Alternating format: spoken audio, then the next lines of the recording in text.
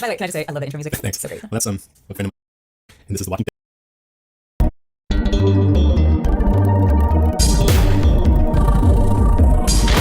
Welcome to The Walking Dead Cast, the podcast dedicated to the show The Walking Dead. Hey everybody, welcome to our podcast. I'm Jason. And I'm Karen. And this is The Walking Dead Cast, episode, what episode is it? This one. Oh yeah, episode 1. By the way, can I just say I love the intro music? Thanks. So great. Well, that's a friend of mine, Nathan, who made it just for the show. Thanks, Nathan. Yeah, he's awesome. You are. He's very talented.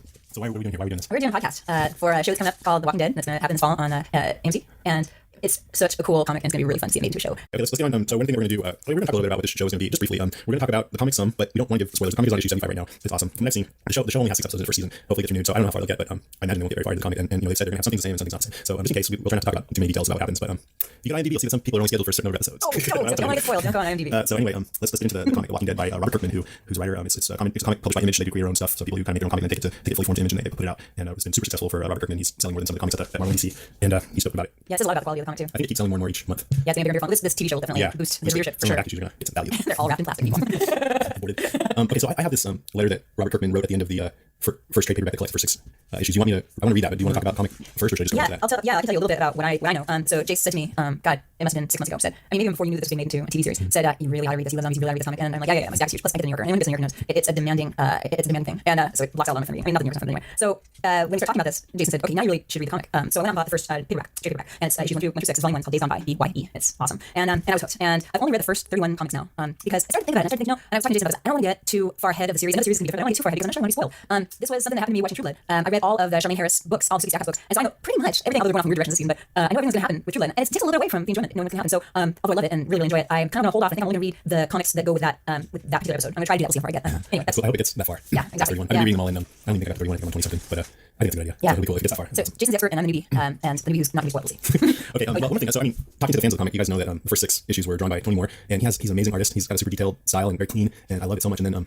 that's when I first found this, is actually on issue 6. So I just bought the trade paperback and started collecting monthlies with issue 7. And with issue 7, Charlie Adler took over, and I was pretty bummed because I love this guy. Tony Moore is so amazing. But now, they're up to 74, 75, and I could not imagine anybody Charlie Adler on this. His style is more moody, I think, and it's just so it's got so much. I guess moody is the best word. No, I think you said it perfectly. I mean, I kind of was bummed too, but I really like it. And looking back, you can really see the difference too.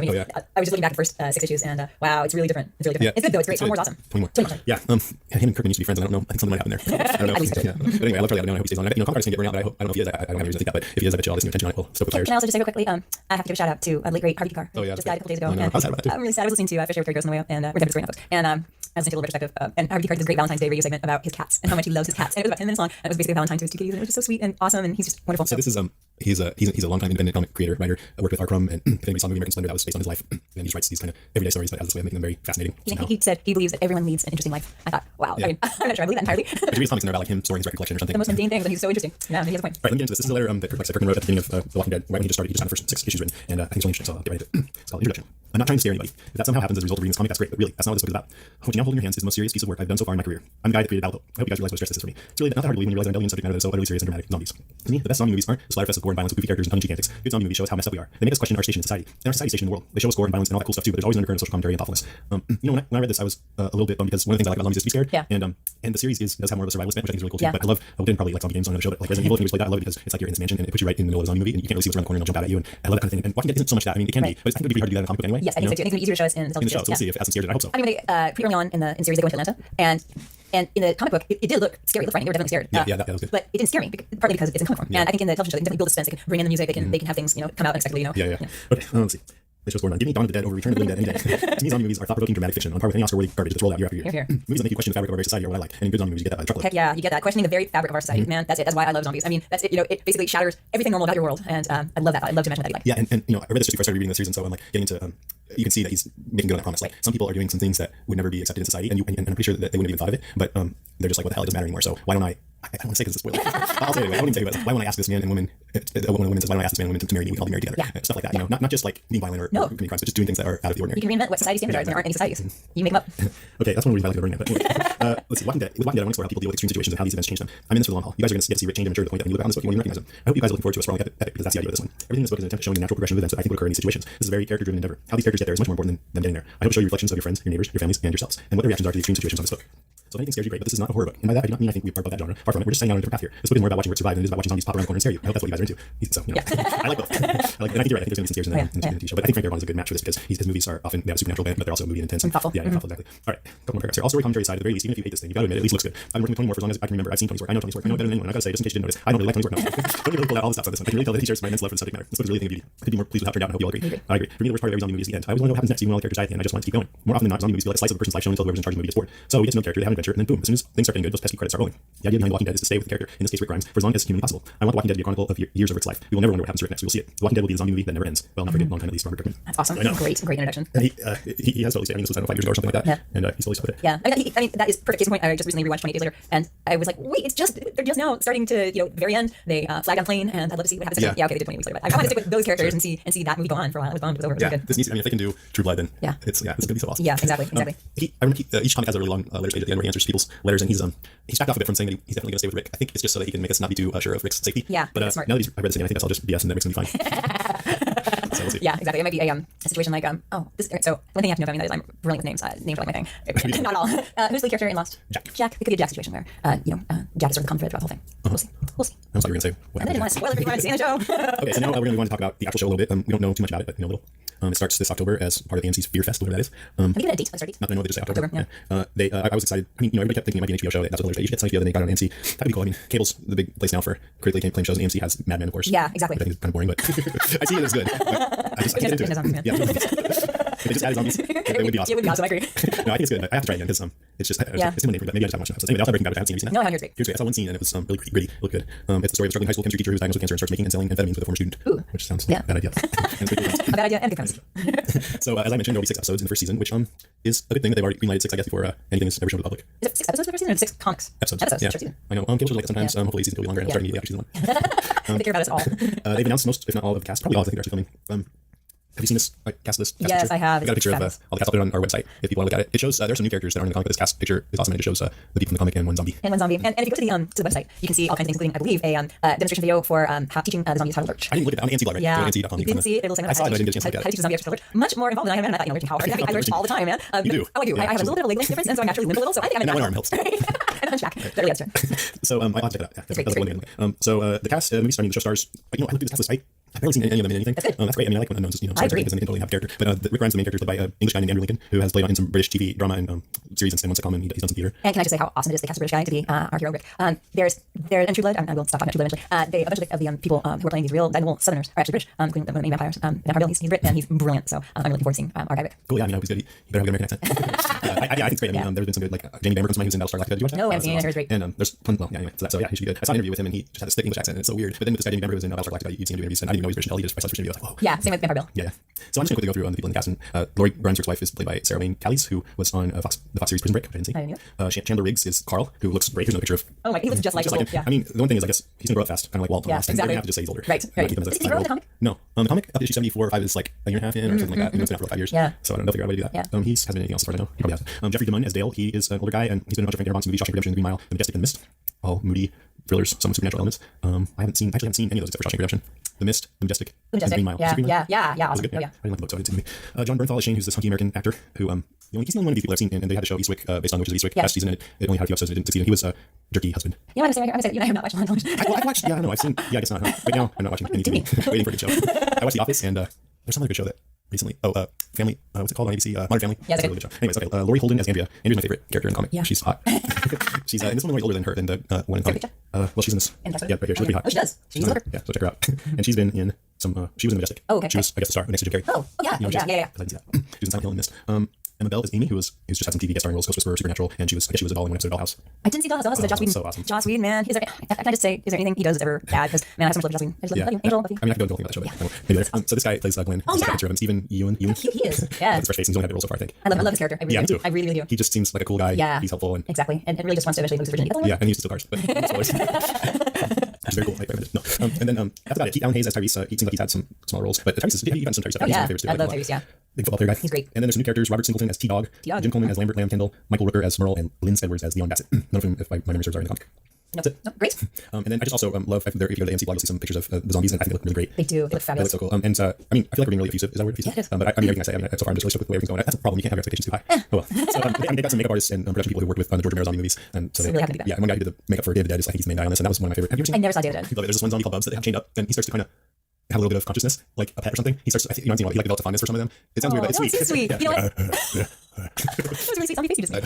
So I just got on Netflix and brought with me this weekend. Actually, I brought with me. David and I just got back from 3-day vacation to Pittsburgh, Pennsylvania. You'll figure this out. Great place, by the way. And I brought the movie Fido with me, which is another sort of, I've heard, because I've seen it. It's a really sweet I never saw zombie. that. I heard it's just like incredibly sweet British zombie movie about a boy who keeps on pet. You watch it? No, not yet. Oh, okay. Yeah. Oh, boy, we were very busy in Pittsburgh. It was awesome. All right. So do you have anything else to say about the show? No, except I can't wait to see it. Okay, cool. So all right, we'll take a break. There's more to come. Stay with us.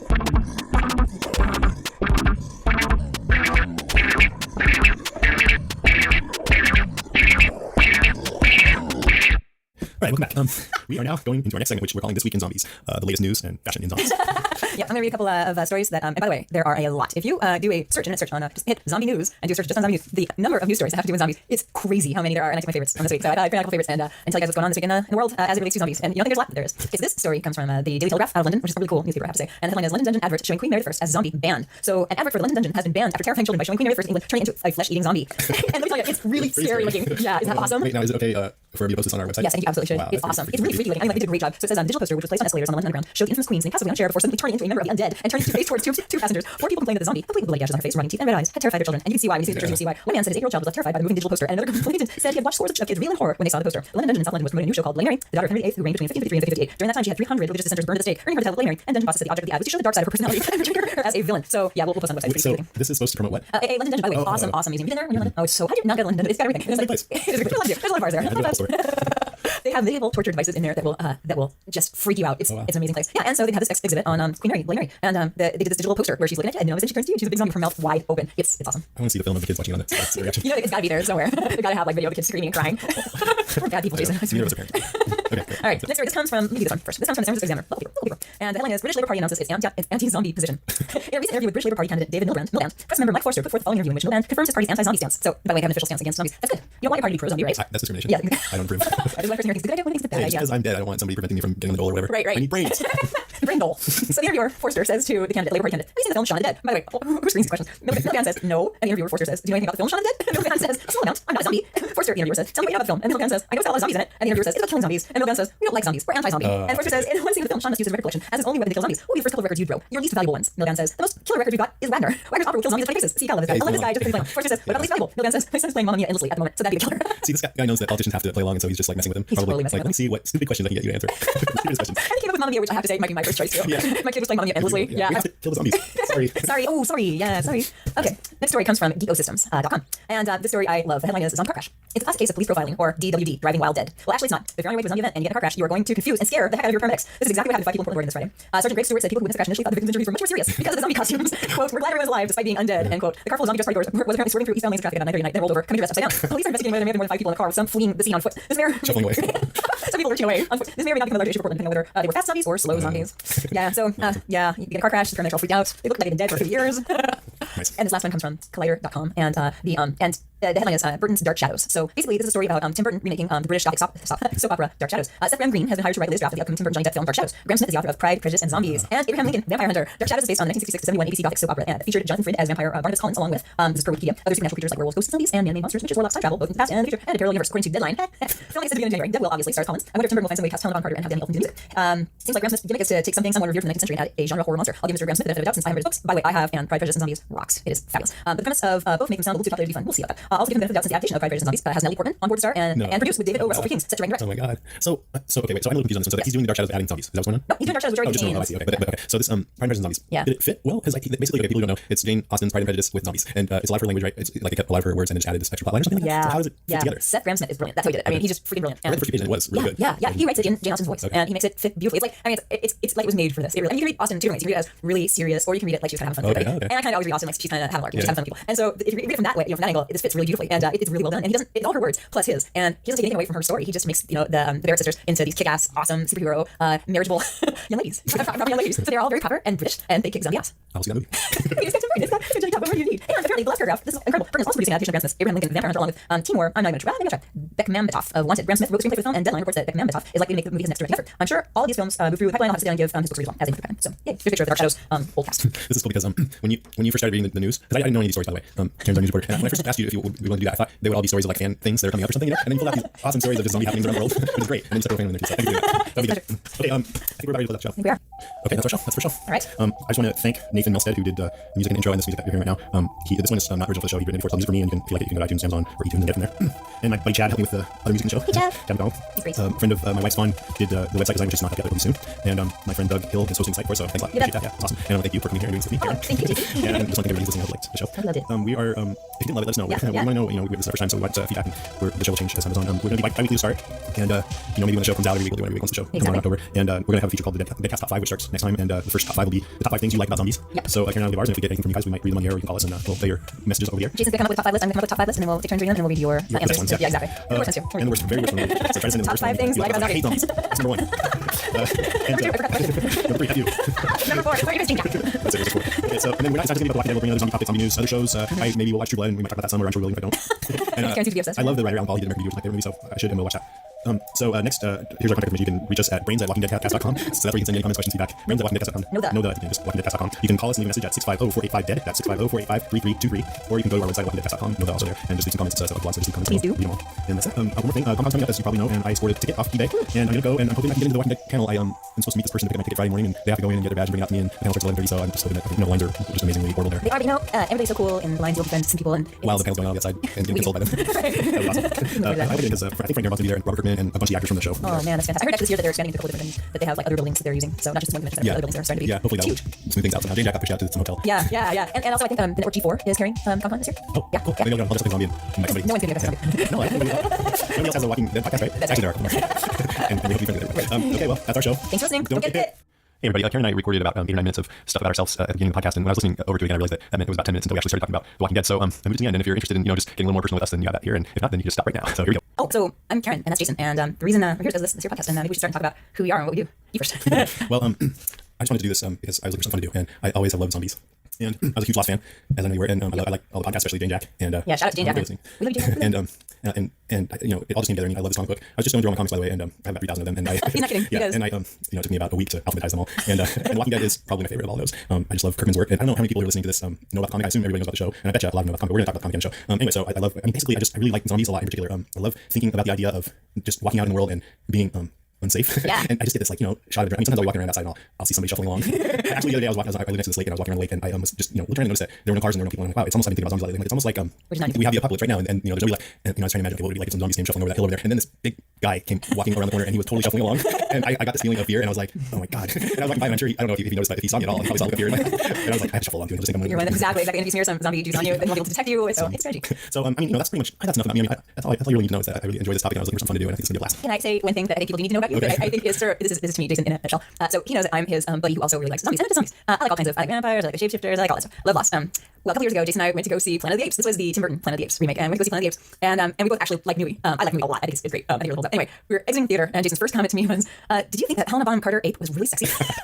He really thought that the Helena Bonham Carter ape was like the sexiest thing. And even though there was like this blonde bombshell in the movie, and she was like the sexy human, he thought the ape had it all going on. It was great. I'm like, wow, Jace, that's why I love you. My wife is gonna love that part. Jenny, who's incredibly cool. Okay, what about you? Oh, okay, so okay. My name's Karen. I am of all weird things a water conservation specialist, and I've loved graphic novels for a while. My very first one was when I was in college. I remember being on a train from Copenhagen to visit my grandma in Austria, and I read for the first time. It was on a train, and I read Art Spiegelman's Mouse for the first time, which is a graphic novel. If you haven't read Mouse, go out and read it. It is incredible. Full surprisingly, it's an astonishing piece of work, a piece of art. And I read it. And I don't know why. So I had it overnight in Munich. I wanted to see Munich, and I thought, I'm just gonna go to Dachau and see Dachau, which is not far from outside of Munich. I was all by myself. I was my junior year abroad. I was on break, going down to see my grandmother, and I decided to go to Dachau by myself. Bad idea. If you're ever alone in Munich, it's probably not a great idea to go see Dachau by yourself. It's a heavy thing. But that's sort of off topic. I'm a fan of podcasts. I'm a fan of I run, I hike, I go to the gym, and podcasts are made for people like me. I listen to them all the time. And I love all the podcasts dedicated to Lost. I love all the NPR shows that I download. They're just great. And I'm a fan of zombies. I'm a fan of zombies. I'm a fan of vampires. Buffy the Vampire Slayer, probably one of my very favorite teachers of all time. Huge fan of True Blood. Lost. Love vampire movies. Love the zombie genre movies. Sam Raimi's Evil Dead 2, one of my favorite movies of all time. And recently my boyfriend David turned me on to Doctor Who. Fabulous. And ever since I was a little kid, I've been fascinated by cemeteries, and I collect the Day of the Dead art. And there's a great cemetery. David lives over in Oakland, California, and there's a great cemetery with a really old one designed by Finley Wright. I know Patrick Williamson. He designed Central Park. And there are these awesome statues of angels, sad angels, and there are many Doctor Who episodes. Yeah. Anyway, Did you see that cemetery? No, I didn't see that cemetery. See that. I love So cemeteries awesome. and pets. It's like you bury somebody in the cemetery, and they come back to life, but they're all evil and twisted. And this guy's that they can think more, and they're like stronger and like coward. And there was this guy's, I don't want to give away too much. It happened so long ago. This is weird. I have to not give spoilers in case anybody hears this. But this guy's 2-year-old son got hit by a truck, and so he took him out and carried him crying and buried him in the cemetery. You mean he just carried him from the truck and buried him in the I don't cemetery? remember, but it was soon after. And then the kid comes back, and he's like, I want to play with you. He's gonna knife his head. That doesn't seem like a fun play. Hi, I'm Rick Beck, and I'm Royce Yakov. Welcome to our chart-topping podcast from Harvard Business School. Think big, buy small. This series lets you in on a special way to become an entrepreneur. How to buy your own business, be your own boss, and get the financial benefits of your efforts. Entrepreneurship through acquisition involves searching for existing, enduringly profitable, smaller business and buying it, usually from a retiring founder. Back for a brand new season, our conversations with guests from all backgrounds and different stages of the entrepreneurship through acquisition journey. From those considering whether this path is right for them, all the way through those who have sold the business they bought as searchers and ran as CEOs. Thousands of smaller firms are sold every year, and many people have successfully acquired an existing business that is enduringly profitable. So why not you too? We've been helping students understand this less traveled path to personal and professional independence in our courses at Harvard Business School for nearly 15 years. But you don't have to attend Harvard Business School to take advantage of these opportunities. The goal of the Think Big, Buy Small podcast is to help you, our listeners, decide if entrepreneurship through acquisition is for you, and if it is, to help you take your first steps on the journey to buying your own business. Follow Think Big, Buy Small wherever you get your podcasts. It's hard to remember now, but the internet used to be fun. I can't believe how easy it is to surf the net. Surf's up. On Launch Shadow, Breaking the Internet, we'll trace how a tool that once fueled democracy Opposition activists, organized March on Facebook. became a weapon aimed at the very